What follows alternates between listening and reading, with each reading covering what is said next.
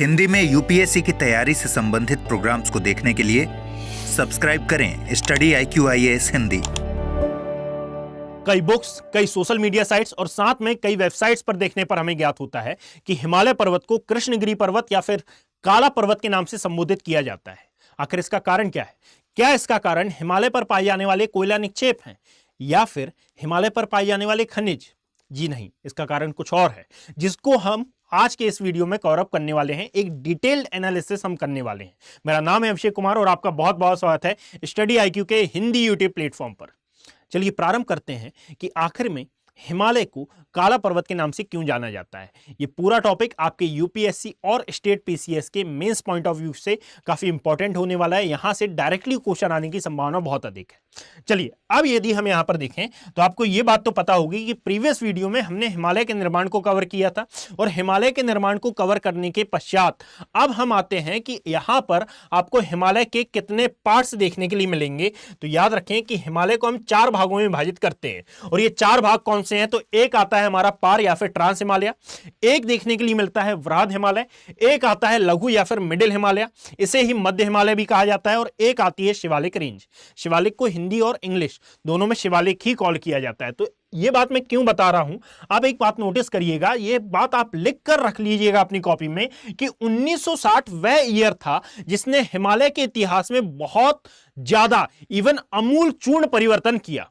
कैसे किया? तो 1960 तक यह सर्वविदित था कि एक्चुअल में हिमालय का फॉर्मेशन किन 2 प्लेटों में अभिसरण का परिणाम है। तो हमेशा याद रखिएगा कि आज भी हम पढ़ते हैं कि हिमालय का निर्माण यूरेशियन और इंडो ऑस्ट्रेलियन प्लेट के टकराने से हुआ है, परंतु यह बात अर्ध सत्य मानी जाती है। कारण यह है कि यहां पर हिमालय मतलब कि हमने इन 4 रेंजेस को शामिल कर लिया, ट्रांस, लघु, वृहद और शिवालिक, परंतु ऐसा नहीं है। ऐसा इसलिए नहीं है क्योंकि यहां 1960 में हमें यह ज्ञात होता है कि एक्चुअल में यूरेशियन प्लेट और इंडियन प्लेट के टकराने के कारण जिन हिमालय का फॉर्मेशन हुआ वे हैं कौन से?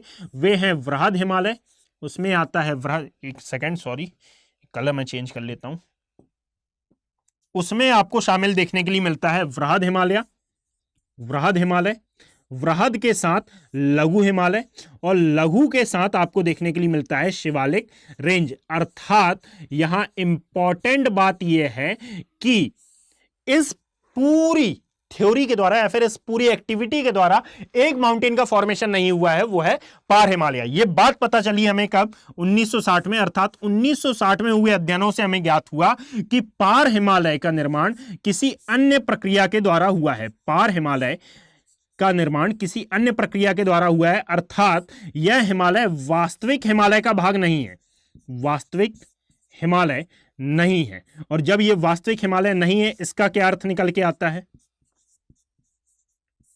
इसका अर्थ निकल के आता है कि यदि आप इन सभी श्रेणियों को ध्यान से देखते हैं तो इन सभी श्रेणियों में पाई जाने वाली रॉक्स, इन सभी श्रेणियों में पाई जाने वाली चट्टानें वो चट्टानें हैं जिन्हें हम जनरली मेटामॉर्फिक रॉक या फिर अवसादी चट्टानों के नाम से जानते हैं। अब अवसादी नहीं होंगी क्योंकि एक्चुअल में ये पातालीय रॉक है, परंतु ये वे चट्टानें हैं जो कि एक माउंटेन पर ही आपको देखने के लिए मिलती हैं, है ना। यानी कि जब आप पार्थ हिमालय का अध्ययन करेंगे, ट्रांस हिमालय का अध्ययन करते हैं, तो वहां आपको ज्ञात होता है कि यहां के रॉक्स में कुछ चेंजेस आए हैं।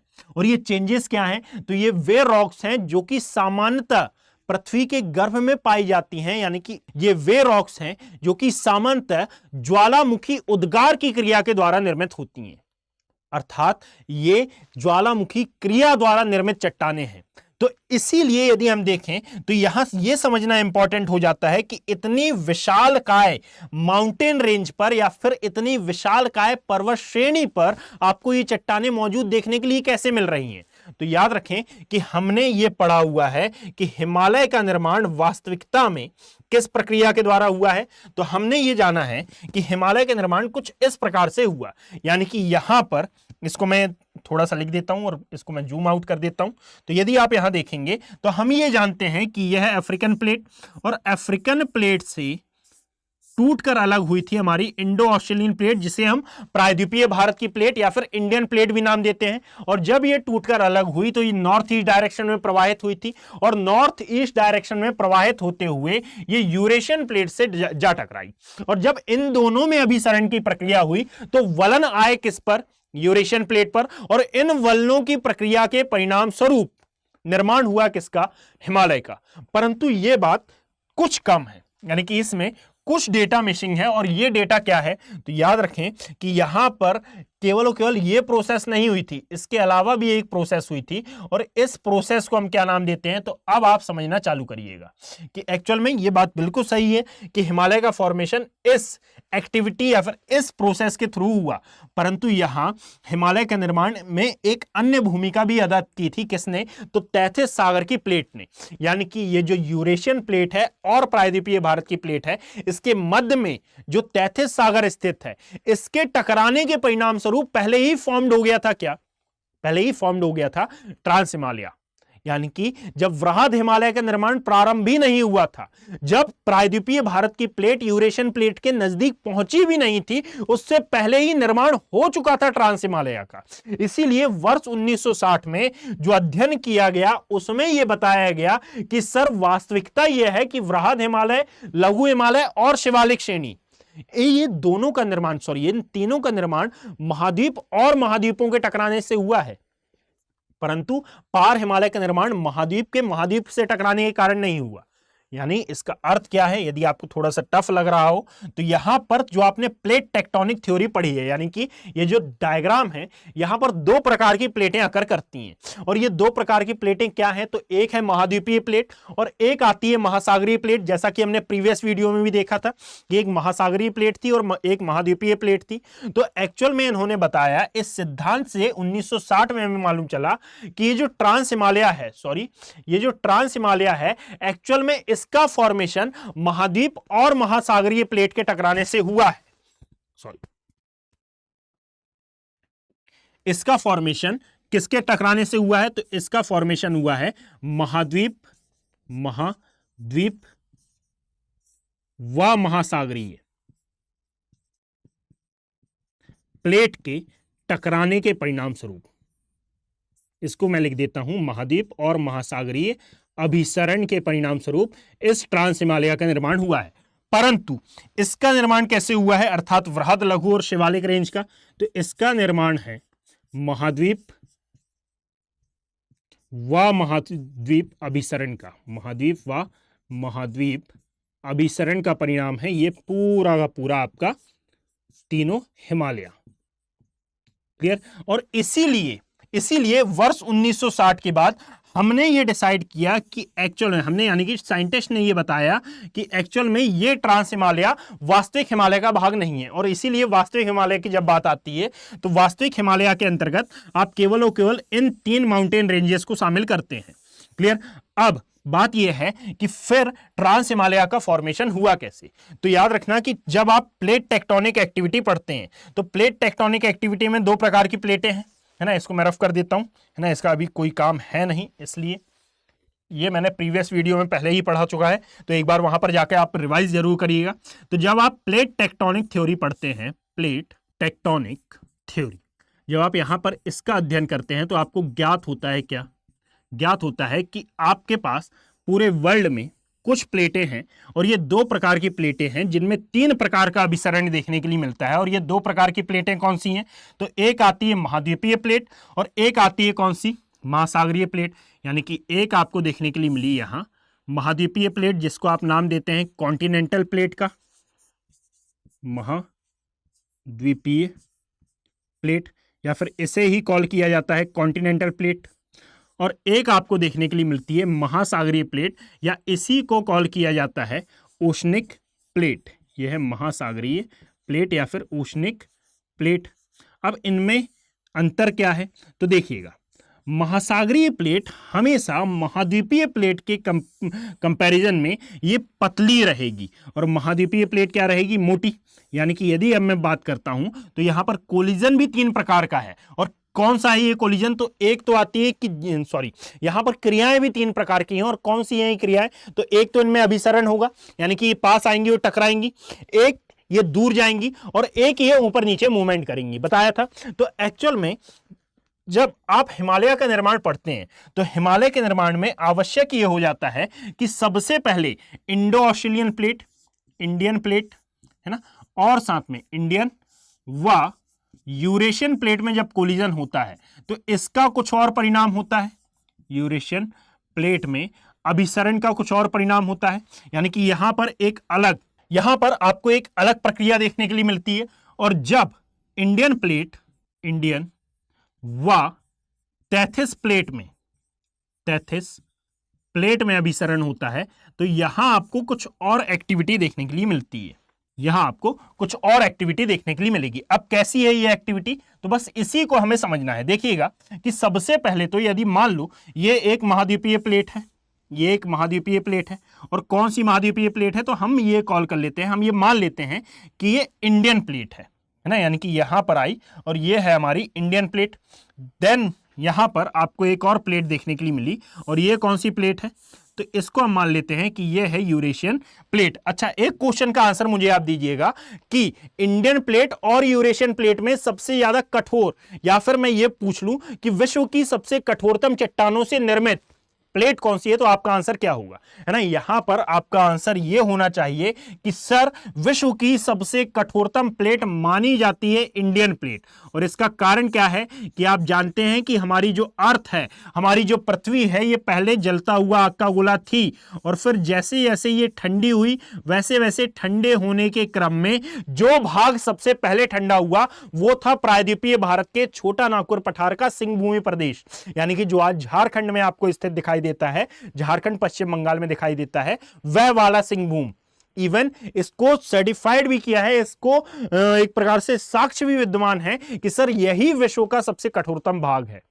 क्लियर? और ऐसा कारण क्या है? तो इसका कारण मेन है कि यहां पर आपको विश्व की कठोरतम चट्टानें देखने के लिए मिलेंगी। तो यहां याद रखिएगा कि जो इंडियन प्लेट है यह विश्व की कठोरतम में भी कठोरतम चट्टानों से निर्मित है, और यहां पर जो यूरेशियन प्लेट है यह अपेक्षाकृत कम कठोर चट्टानों से निर्मित है। अब मैंने ये बात क्यों बताई? क्योंकि यहां पर जब इंडियन प्लेट और यूरेशियन प्लेट में कोलिजन होगा, यानी कि इनमें जब अभिसरण की क्रिया होगी, और ये अभिसरण कैसे होगा? तो इंडियन प्लेट एक्चुअल में अफ्रीकन प्लेट से टूटकर अलग हुई है, और ये नॉर्थ ईस्ट डायरेक्शन की ओर जा रही है, और जब नॉर्थ ईस्ट डायरेक्शन की ओर जा रही है तो ये खड़ी हुई है, यूरेशियन प्लेट वहीं पर है, यूरेशियन प्लेट कहीं नहीं जा रही है। तो अधिक फोर्स किस प्लेट में होगा? ऑब्वियस सी बात है कि इंडियन प्लेट में ज्यादा होगा। और जब इंडियन प्लेट दौड़ते हुए आएगी किससे? दौड़ते हुए आएगी और टकराएगी किससे? यूरेशियन प्लेट से। तो क्षति यूरेशियन प्लेट को भी होगी और साथ में इंडियन प्लेट को भी होगी, परंतु ज्यादा क्षति कमजोर प्लेट को होने की ज्यादा संभावना है। इसका कारण यह है कि उसने अपनी शीतलन की प्रक्रिया बाद में प्रारंभ की। इसका अर्थ यह होता है कि जब ये दोनों ही प्लेटें निकट आई, यहां याद रखने वाली बात यह है कि मैंने एरो जरूर बनाए हैं, परंतु एरोज में आप याद रखिएगा कि इंडियन प्लेट में ही एक्चुअल में गति हो रही थी, यूरेशियन प्लेट स्थिर थी। और जब इन दोनों में कोलिजन हुआ तो इन दोनों में कोलिजन के परिणाम स्वरूप यहां पर यूरेशियन प्लेट पर कुछ वलन पड़ने लगे।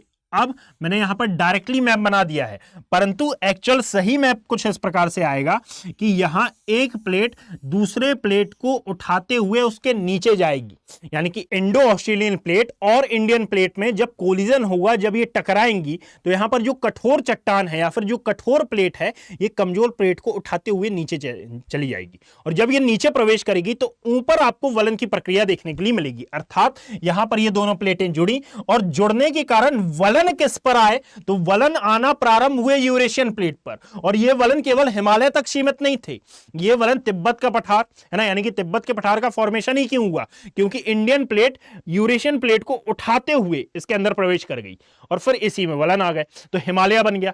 हिमालय के पीछे कुल्लुन-शान, नानशान, अल्तुन-शान, टियन-शान, ये सभी माउंटेन्स का फॉर्मेशन हो गया, यानी कि यहां पर ये हिमालय का फॉर्मेशन हुआ। अब इस पूरी प्रक्रिया के थ्रू जिस माउंटेन का, यानी कि यहां पर आपको देखने के लिए मिला माउंटेन फॉर्मेशन, माउंटेन फॉर्मेशन, मतलब कि इसका अर्थ ये हुआ कि इस पूरी प्रक्रिया के थ्रू जिस पर्वत का निर्माण हुआ उसे आप क्या नाम देंगे? उसे आप नाम देते हैं वलित पर्वत। इसे कॉल किया जाता है वलित पर्वत या फिर फोल्डेड माउंटेन। क्लियर? ये केवल और केवल वलित पर्वत है, यानी कि जब भी महाद्वीपीय और महाद्वीपीय प्लेट में अभिसरण होगा तो इन दोनों में अभिसरण का परिणाम वलित पर्वत होगा। और इसी का प्रत्यक्ष एग्जाम्पल, प्रत्यक्ष उदाहरण हमें देखने के लिए मिलता है। क्या प्रत्यक्ष उदाहरण देखने के लिए मिलता है? हमारे भारत में हिमालय पर्वत है ना, हिमालय पर्वत। अच्छा, मैं यदि एक बात बोलूं आपसे कि क्या हिमालय पर्वत वलित पर्वत है, यूरेशियन प्लेट वलित पर्वत है, क्या विश्व में ऐसा कोई माउंटेन है जो वलित पर्वत ना हो? तो आपका आंसर क्या होगा? से यस और नो इन कमेंट सेक्शन। यदि मान लीजिए आपका आंसर नो है तो बिल्कुल सही है, और यदि यस है तो ऐसा अभी तो पॉसिबल नहीं है। कारण यह है कि पर्वत की परिभाषा ये होती है कि ऊपर आपको संकीर्ण शिखर देखने के लिए मिले, और किसी भी माउंटेन में आपने ये बिल्कुल नहीं देखा कि इसकी सभी रेंजेस आपको बराबर देखने के लिए मिल रही हो। इसीलिए याद रखिएगा कि हर पर्वत वलित पर्वत तो होता ही है, बस डिपेंड ये है कि वह नवीन वलित पर्वत है यानी कि अपना निर्माण अभी कर रहा है, या फिर वह अवशिष्ट वलित पर्वत है यानी कि निर्माण की प्रक्रिया समाप्त कर दी। जैसे हिमालय हर वर्ष 1 से 1.5 सेंटीमीटर अपनी हाइट बढ़ाता है, परंतु जैसे ही वो ये हाइट बढ़ाना समाप्त करेगा, जैसे ही इसकी हाइट बढ़ना बंद हो जाएगी, वैसे ही ये परिवर्तित हो जाएगा किसमें?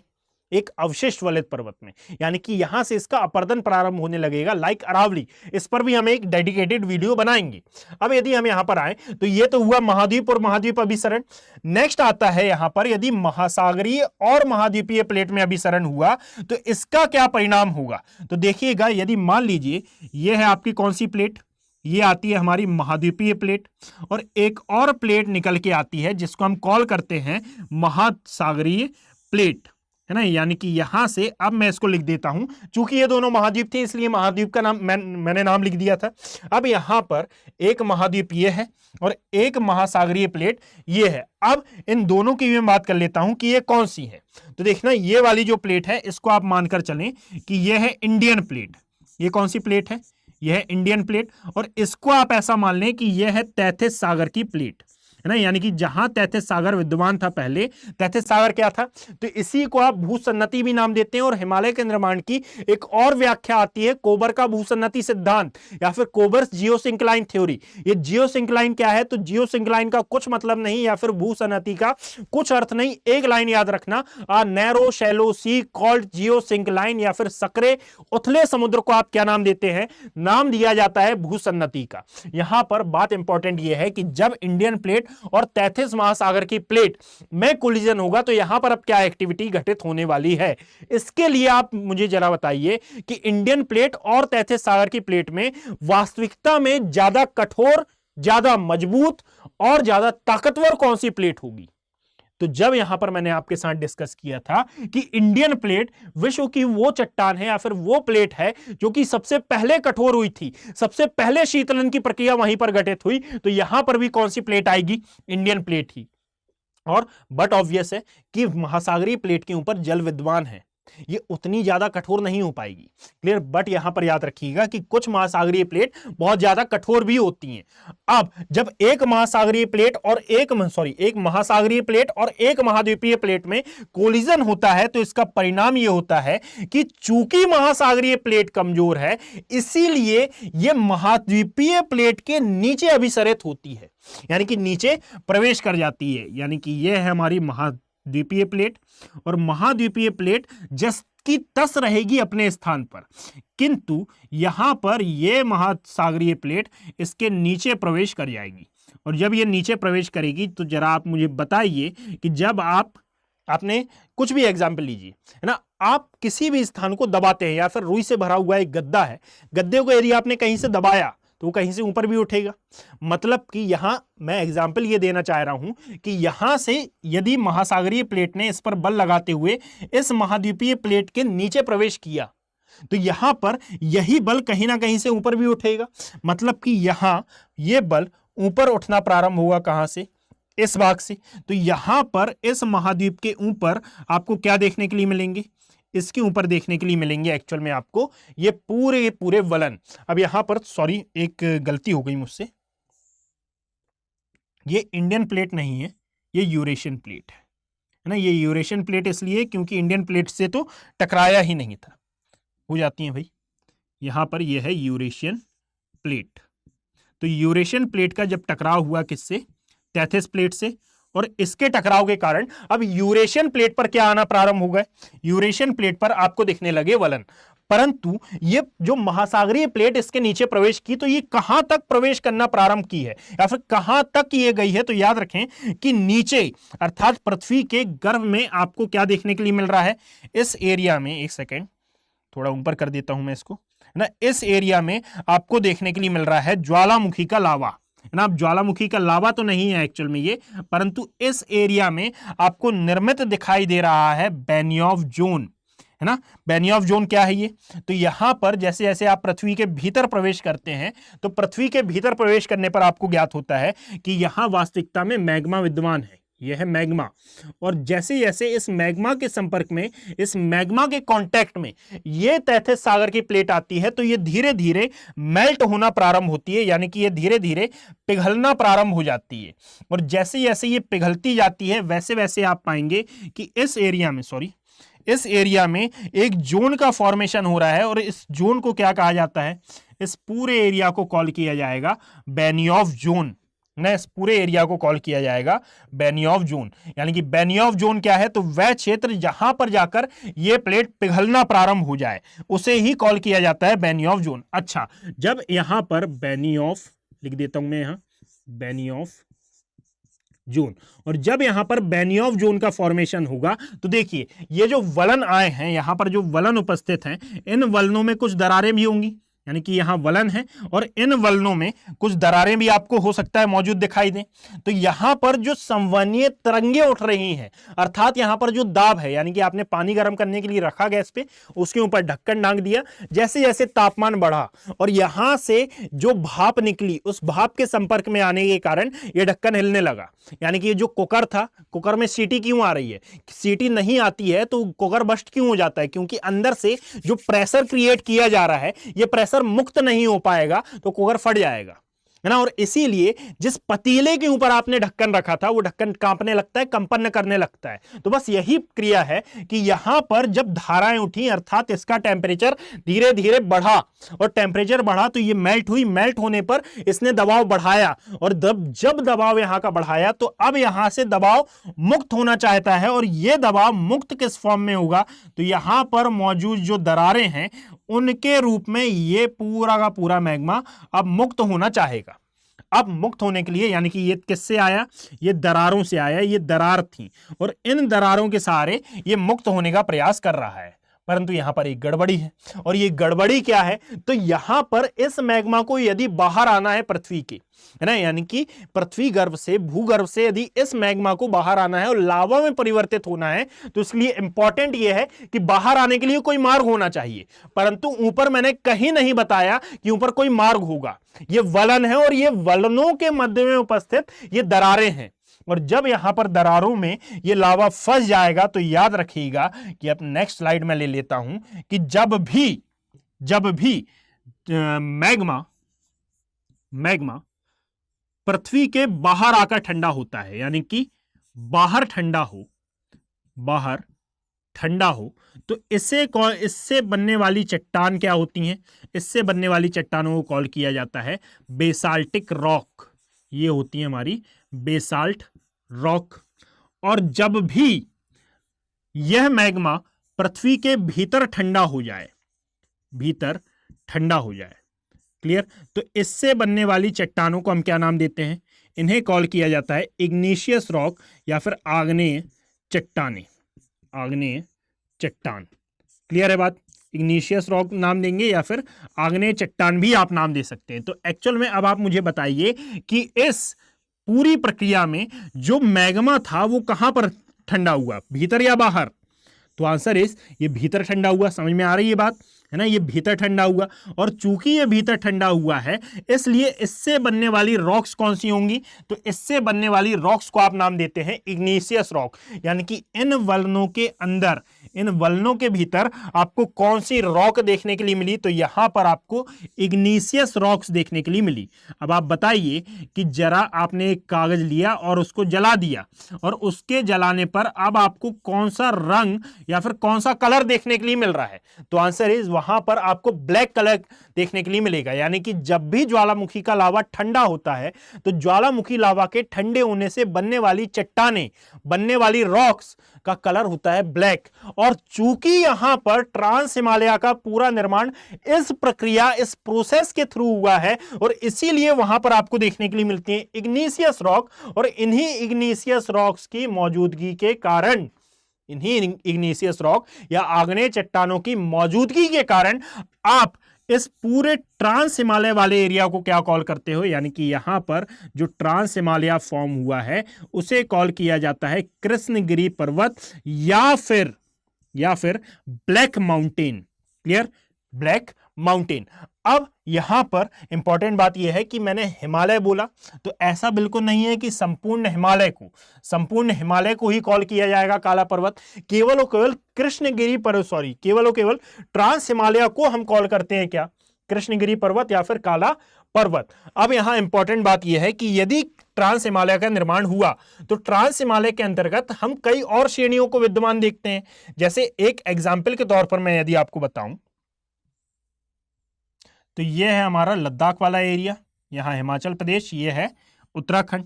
क्लियर, यहां आपको दिखाई देता है यह है LOC वाला भाग, यहां जम्मू कश्मीर, और यहां से पंजाब राजस्थान वाला एरिया। अब यहां पर जो हम बोलते हैं कि ट्रांस हिमालय का फॉर्मेशन हुआ, तो ट्रांस हिमालय का फॉर्मेशन एक्चुअल में 3 रेंजेस में हुआ है, यानी कि 3 क्रमों में हुआ है। और कौन से हैं ये 3 क्रम, तो सबसे ऊपर आपको दिखाई देती है काराकोरम रेंज, नेक्स्ट हमें दिखाई देती है यह है लद्दाख रेंज, यहां पर मैं डायरेक्टली सीधा सीधा बना रहा हूं, और नेक्स्ट जो हमें दिखाई देती है यह है जास्कर रेंज।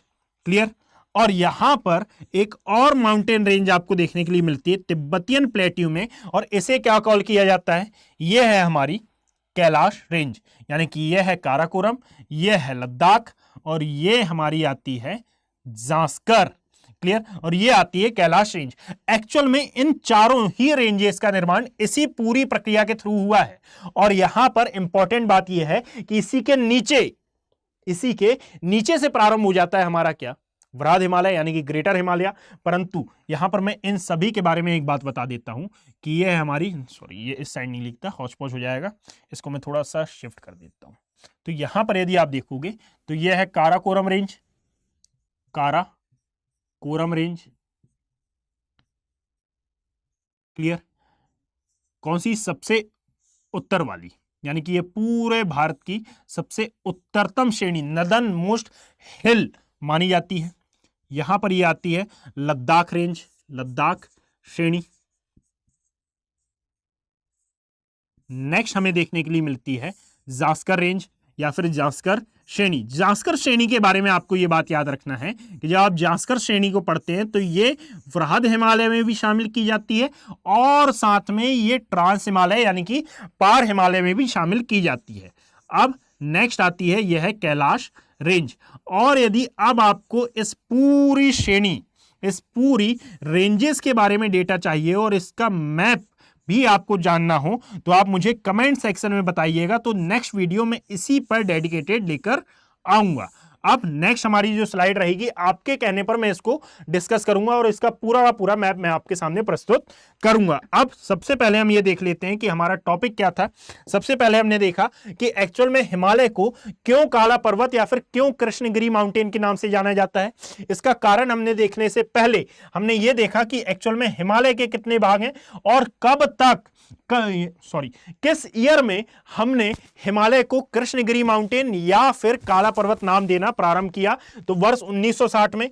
क्या हुआ था वर्ष 1960 में? तो ये पूरे अध्ययन के बारे में जाना कि एक्चुअल में वृहद हिमालय, लघु हिमालय और शिवालिक रेंज का फॉर्मेशन महाद्वीप और महाद्वीपीय अभिसरण का परिणाम है, और ये केवल और केवल वलित पर्वत या फिर केवल और केवल एक फोल्डेड माउंटेन है। यहीं पर हमने देखा कि वर्ल्ड का हर माउंटेन फोल्डेड तो होता ही है। और फिर हमने ये देखा कि एक्चुअल में ट्रांस हिमालय का फॉर्मेशन महाद्वीप और महासागरीय अभिसरण का परिणाम है। दैट्स वाई कि ये एक वलित पर्वत और साथ में एक ज्वालामुखी उत्पत्ति का पर्वत माना जाता है, और ज्वालामुखी उत्पत्ति पर्वत होने के कारण ही इसे आप क्या कॉल करते हैं? इसे आप नाम देते हैं एक ब्लैक माउंटेन या फिर काला पर्वत या फिर कृष्णगिरी पर्वत का। क्लियर है बात? और यहीं पर हमने देखा कि इस पूरे ट्रांस हिमालय का फॉर्मेशन में कितनी श्रेणियां मेन हैं, तो यहां पर 4 श्रेणियों के नाम आते हैं। एक है काराकोरम जो कि northern most hill of India है, नेक्स्ट आती है लद्दाख रेंज, और नेक्स्ट आती है जास्कर। जास्कर इंपॉर्टेंट इसलिए क्योंकि ये वृहद हिमालय और साथ में शिवालिक रेंज, वृहद हिमालय और साथ में ट्रांस हिमालय दोनों में शामिल की जाती है, और फिर आती है कैलाश रेंज। अब यदि इसका वीडियो आपको चाहिए हो तो आप मुझे कमेंट बॉक्स में बताएं, मैं नेक्स्ट वीडियो इसी पर लेकर आने वाला हूं। क्लियर? और यदि आपको ये वीडियो पसंद आया हो तो मेंशन वाह in comment section. Thank you. Hindi में यूपीएससी की तैयारी से संबंधित प्रोग्राम्स को देखने के लिए सब्सक्राइब करें स्टडी IQ IAS हिंदी।